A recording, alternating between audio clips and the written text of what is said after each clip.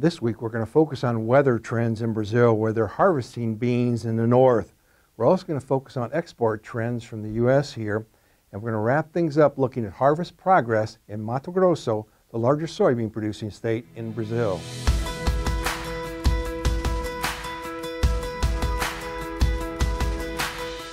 Hi, this is Brian Basting with Advanced Trading.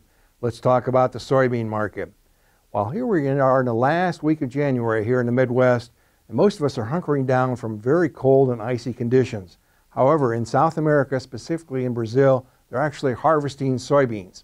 That's where we're going to start out this week in terms of looking at the production prospects in South America. Let's take a look at what the USDA is forecasting for production in South America. This is from our consultant, Soybean and Corn Advisor Incorporated. Look at Brazil. Last year, 160 million tons. USDA is at 157 in their January report. Our consultants all the way down to 149 at the moment.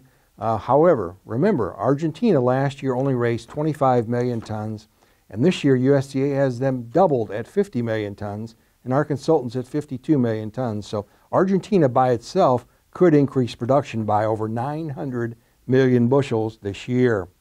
Let's switch gears now and look at where those soybeans are produced in Brazil. We're looking here at a number of key states. Mato Grosso is the largest producing state, 26% of the beans in that northern state. A number of other states are very important here: Goiás, Bahia, Minas Gerais, Paraná, Rio Grande do Sul, and Mato Grosso do Sul. Well over 80% of the beans are produced in those states.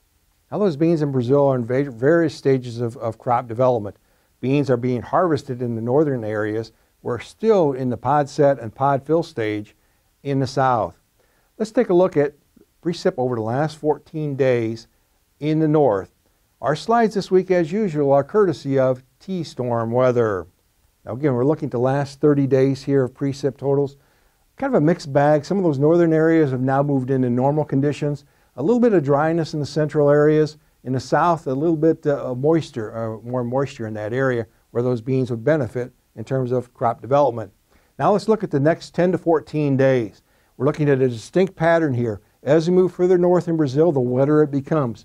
Key point, in that northeastern area, if you will, in Mato Piba, they are not harvesting beans yet. However, they are harvesting in Mato Grosso, and that is looking at some decent rainfall here over the next 10 days to 14 days. So we're looking at possibility of some slowdown in harvest if that area is widespread.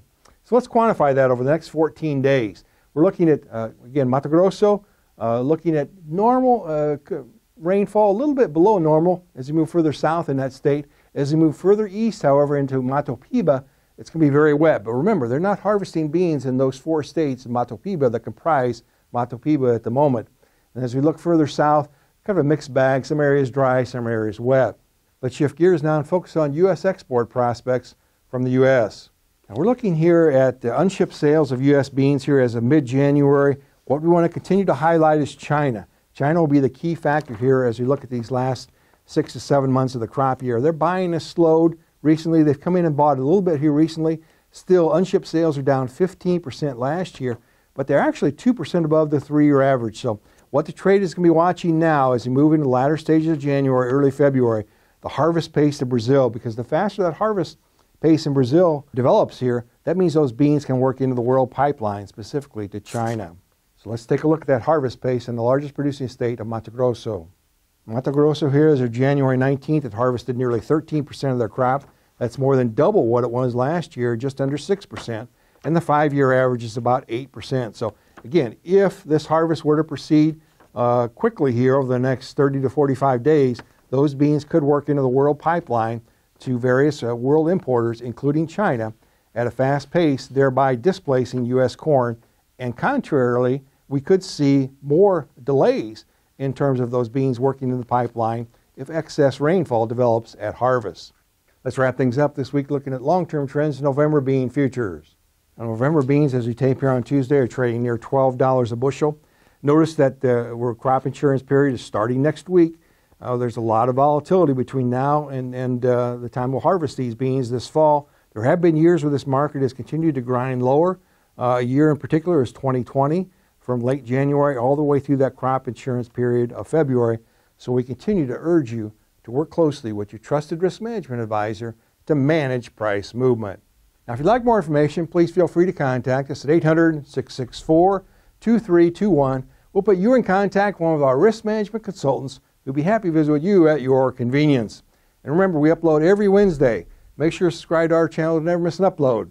Thanks a lot. Have a good week.